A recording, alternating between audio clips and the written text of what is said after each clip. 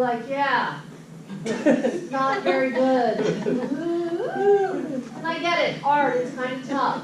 But look how nice this is, right? You could say, oh, it's a bowl, it's a rainbow.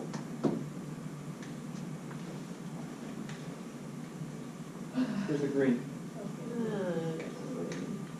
Wait, I'm confused. What's Maybe, wrong? okay, before you keep doing a rainbow, The purple, the I purple. need to digest it like Go very ahead. little. Go back to the blue. Yes, What I have is, right, 0 equals 6x to 2 to the third. up to Can here. you- Yes, no. Oh, yeah. Here. Then you gotta equal, you can say 0 equal to 6x to negative 2. After that, can you do Okay. it slowly for me? So f prime of x is equal to 6 over the cube root of x squared. So if I pick a negative number, say I pick negative 8, that would be 6 over the cube root of negative 8, quantity squared. But because the cube root of negative 8 is a negative number, which is fine, but because I'm squaring it, so negative 2 squared is 4. That makes this positive. I thought you have to equal everything to 0 before you do that. Oh, no. The only reason I'm using 0 is because I know critical numbers come about where either the slope is 0 or the slope is undefined. A 0 in the denominator makes it undefined. So that's why my critical number, 0. And then in the next, in the red part, that's where I'm finding points of inflection. Wind up with the same issue. Where is it 0, where is it undefined? Also at 0. But I know that my point, I know this black point is 0, 0, because from the very beginning, if I plug 0 into x, 0, 0 is a point on the graph. I don't think I get back to it. We don't have much to go on. This is all we have. We have one point that we have to go through. We are essentially, yes. And we're saying our slopes have to be increasing, flat, increasing. And then our concavity, because it's positive, it's concave up, concave down. So we're going up to this point, and then we turn and go the other.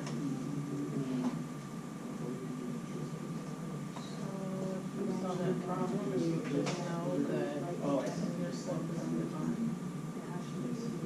Where is your slope undefined? Oh, you mean, so when you get it here to this part, right, you'd have to say, oh, I don't have a 0 per se, I have an undefined slope, which still produces a critical number. But how do you know Yeah. to use, like, back to the blue, how do you know to use the blue? Oh, I don't, I used negative 8 because it was less than 0. How do I know to use negative 8? Because I wanted to pick a number that was going to work out nicely for you, so I picked negative 8 because it's a perfect cube. So, but no matter what negative number is under here, whatever it is, the cube root of a negative number is negative. But when we square it, it's going to be positive. 6 divided by a positive number makes this positive. When we're at the other side of 0, this is going to be a positive number squared. It's still positive, positive divided by positive. Oh, that's why. Okay, don't go anywhere. Have a couple minutes. Yeah, she's like, stay. Wait. Hold still. We didn't finish this entire thing, so just hang on. Let's talk a little more. The second derivative test. So, and we'll do some examples together on Monday, but I want you to be able to get into your homework. So, second derivative test says this.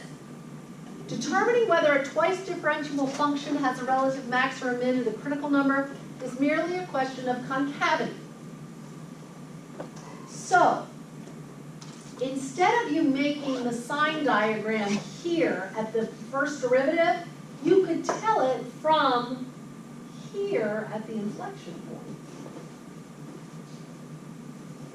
That's what this is saying.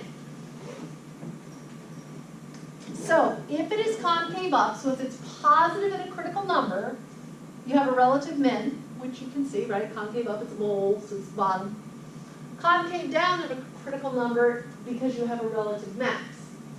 Because the second derivative determines concavity, we have what we call the second derivative test. Wait. Here it is, written in math speak. And nobody pays attention to it. Here's an example. It says f of x is equal to x cubed minus 9x squared plus 24x. So we take the first derivative, there it is, and then we factor it, we get our answer, x minus 2, x minus 4. We get 2 and 4 are critical numbers. Okay. So we could run them through, do a sign test to see what's going on and determine. Or we just substitute each of them into the second derivative, which certain functions lend themselves nicely to taking a second derivative. You probably didn't love taking the second derivative of the raised to the power of 1/3 and all that, right? Ooh, not doing that. So substitute the critical numbers in. The critical numbers, got already. We're 2 and 4. So we plug them in. 2, we get 12 minus 18, so we get a negative. Negative means concave down. At 4, 24 minus 18 is 6, that's concave up. So 2 is a max, 4 is a min.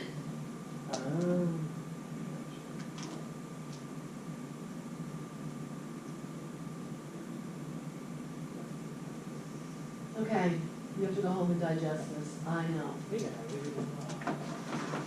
Do the homework. Do the homework. Don't put it off. Yes, sir.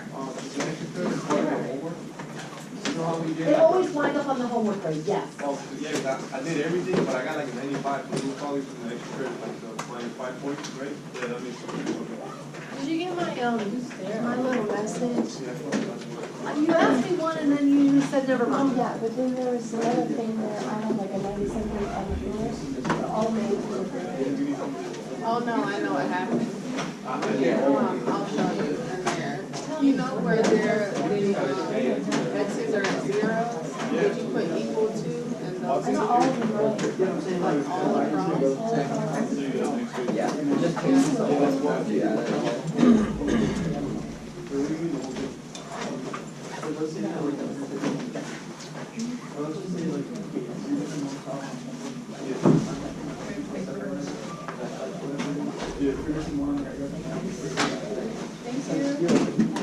My computer's gonna have to make up I can give you the card and you can just. Nah, I don't think it's. What do you mean the card?